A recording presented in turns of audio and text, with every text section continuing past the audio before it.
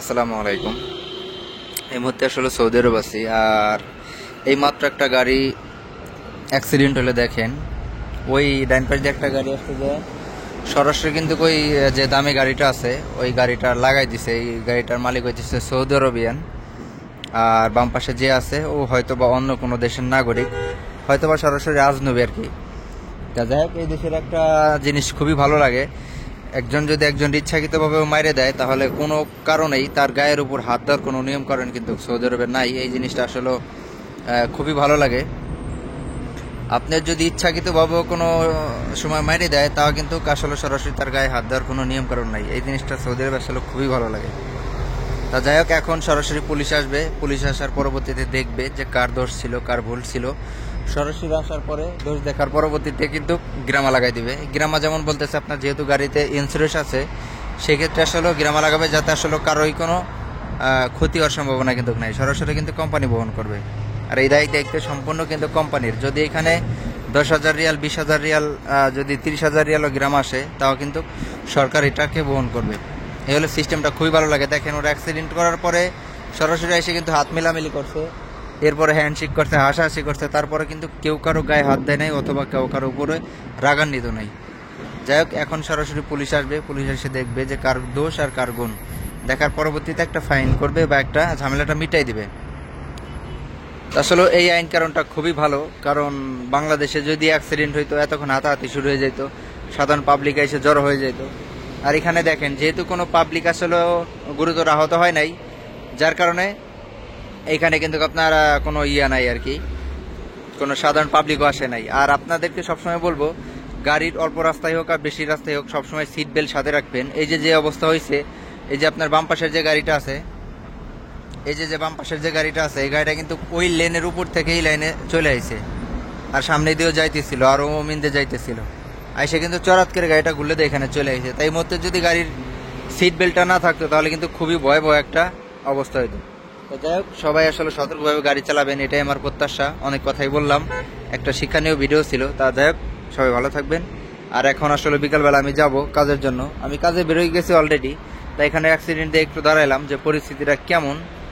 তা এখন আসলে গতকালকে এক ঘরে থেকে মাল কেনার কথা ছিল, মালটা কিনতে পারিনি। আজকে যাই দেখি আসলে মালটা পাই কিনা। আজকে ওয়েদারটা বেশি একটা ভালো না, ধুলে যাওয়ার আছে হালকা পাতলা। তারপরে এখন ঘরে বসে থাকি কোনো লাভ নাই, দেখি আসলে 2 ঘন্টা সময় আছে, একটু ঘুরি, পরিস্থিতি কি হয়। আর এই রাস্তাটা খুব ভয়ানক একটা রাস্তা, কারণ এইখানে এমন কোনো সপ্তাহ নাই যে সপ্তাহে 2-3টা অ্যাক্সিডেন্ট এই মোড় এই সোজা হয় না। আমার জন্য সবাই দোয়া করবেন, কারণ আমি এইখান দিয়ে সবসময় যাতায়াত করতেছি আজকে প্রায় 3 বছর, 3.5 বছর। কারণ এই রাস্তাটা খুবই ডেঞ্জারাস একটা রাস্তা, অনেক মানুষ এখানে মারা গেছে। যেটা আমাদের বাংলাদেশে এক ভাই এর আগে অ্যাক্সিডেন্ট হয়ে 2 পাই পঙ্গু হয়ে গেছে, এখন সে বর্তমানে বাংলাদেশে আছে। তা খুবই একটা ডেঞ্জারাস একটা রাস্তা এটা, কারণ এইখানে প্রচুর পরিমাণ গাড়ির চাপ থাকে, এই কারণে অ্যাক্সিডেন্টটা তুলনামূলক অনেক বেশি হয়। এখানে চেষ্টা করতেছে অ্যাক্সিডেন্ট কমানোর জন্য, তারপর কোনো কিছুতে আসলে কাজ হইতেছে না। এই যে ক্যামেরা লাগাইছে, এই যে দেখেন সামনে ক্যামেরা আছে, এরপর বাম পাশে যে ইয়াগুলা দিছে, তারপরে কিন্তু এখানে অ্যাক্সিডেন্টটা কোনোভাবেই কমতেছে না। তা যাই হোক, যদি এরকম বারবার হইতে থাকে হয়তো রাস্তা একটা সিস্টেম করবে, আরো অনেক বেশি সিস্টেম করে দিবে যাতে এখানে অ্যাক্সিডেন্টটা কমানো যায়। আলহামদুলিল্লাহ, খুবই অল্প সময় কাজ করলাম। আসলে ব্যবসা বাণিজ্য যেমন একটা সিস্টেম, কখনো আপনি 3-4 ঘন্টা চেষ্টা করেও কিছু করতে পারেন না বা 1 টাকা ইনকাম করতে পারেন না, আবার কখনো কখনো দেখা গেছে আপনার 1 ঘন্টা, আধা ঘন্টার ভিতরে ব্যবসা হয়ে যায়। এটা সবই আল্লাহ তাআলার ইচ্ছা, আর এটাই আসলে ব্যবসার বরকত। দেখা গেছে আপনি সারাদিন কাজ করার শেষে পান মাত্র 100 টাকা অথবা 50 টাকা, আর ব্যবসার ক্ষেত্রে আপনি দেখা গেছে আধা ঘন্টার ভিতরে পাওয়া যান 200 টাকা, 100 টাকা, 150 টাকা। এই আসলে ব্যবসা। তা যাই হোক, অনেক কথাবার্তা আসলে খরচ হয়ে যায়, মাঝে মধ্যে অনেক সময় মিস্টেক হয়ে যেতে পারে, কারণ আমি আসলে এই ভিডিওগুলো করি, আপনারা দেখতেই পারতেছেন কি পরিমাণ গাড়ির আওয়াজ অথবা কি পরিমাণ বাইরে নিরিবিলি ভিডিও করা আসলে সুযোগ পাই না, টাইম পাই না, যার কারণে আসলে এরকম ক্যাশবাজের ভিতরে ভিডিও করতে হয় আমার। তা যাই হোক, এখন একটু সামনের পার যাবো, আর মরুভূমি অনেকদিন আপনাদেরকে দেখায় নেই, সেই সাথে একটু দেখাই দেবো সিস্টেমটা কেমন।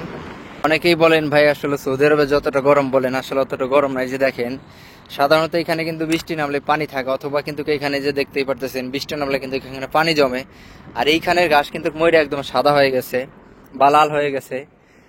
কি বলবো, আসলে রোদের তাপমাত্রা বর্তমানে অনেকটাই বেশি। এই যে এখন মাগরিবের সময় হয়ে গেছে, প্রায় এই মুহূর্তে 6টা 32 বাজে, আর হয়তো 15 মিনিট পরে আজান দিয়ে দিবে। এই মুহূর্তে যে রোদের বাতাসের যে একটা গরম, সেটা আসলে গায়ে এসে লাগতেছে। তো অনেকে আসলে বিশ্বাসই করেন না যে গরম। তা যাই হোক, আসলে এটা বিশ্বাস করা বা অবিশ্বাস করার মতো কোনো কথা না। যদি আপনার ভালো লাগে, বিশ্বাস যোগ্য হয়, তাহলে বিশ্বাস করবেন, আর যদি বিশ্বাসের অযোগ্য হয় তাহলে অবিশ্বাস করবেন। এটা আমার কোনো কমপ্লেন নাই। তা যাই হোক, আমি যতটুকু আসলে সত্য বিষয়টা ততটুকু বলার ট্রাই করি বা চেষ্টা করি। এই ক্ষেত্রে হয়তো বা কারো ভালো লাগে, হয়তো বা কারো ভালো লাগে না, কারণ একটা বিষয় সবারই যে ভালো লাগবে বিষয়টা এরকম না। আর এই জায়গাটা এখানে ভরাট করা হইতেছে, হয়তো বা দেখা গেছে যে 6 মাস বা 1 বছরের ভিতরে পুরোটা ভরে যাবে। এই দিকের সিস্টেম, একটা প্রজেক্টের কাজ কখনো আসলে একবারে কমপ্লিট হয় না, দেখা গেছে এটা আস্তে আস্তে ধীরে ধীরে কাজ হয়। এই যে এখানে আমি প্রায় 3 বছর ধরে আমি এই একই জায়গায় থাকি। আর এই 3 বছর আগে এখানে প্রচুর পরিমাণ আরো বেশি গভীর ছিল, আর এখানে আস্তে আস্তে করে এখন ভরাট করতেছে, যেটা হয়তো বা আস্তে আস্তে পুরোটাই ভরাট করে পরবর্তীতে হয়তো এখানে কোনো কাজ বাজ করবে বা কোনো একটা কিছু করবে।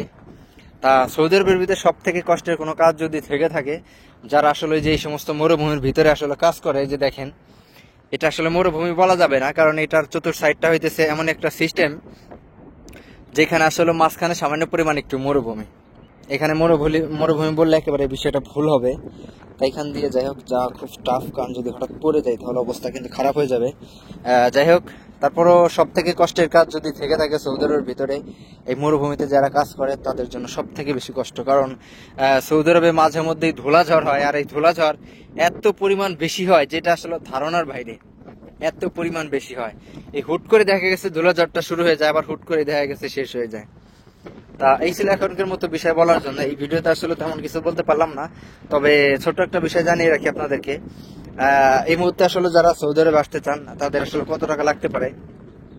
আপনি যদি আমিলাদি ভিসা আছেন, এটা সব থেকে বেশি দাম, যেটা আসলে আসার পরবর্তীতে আপনি যে কোনো কাজই করতে পারবেন। এই ক্ষেত্রে আপনার দেখা গেছে যে খরচ হবে আপনার 3.5 লক্ষ টাকা থেকে শুরু করে 4.5 লক্ষ টাকা পর্যন্ত খরচ হবে একবার কমপ্লিট।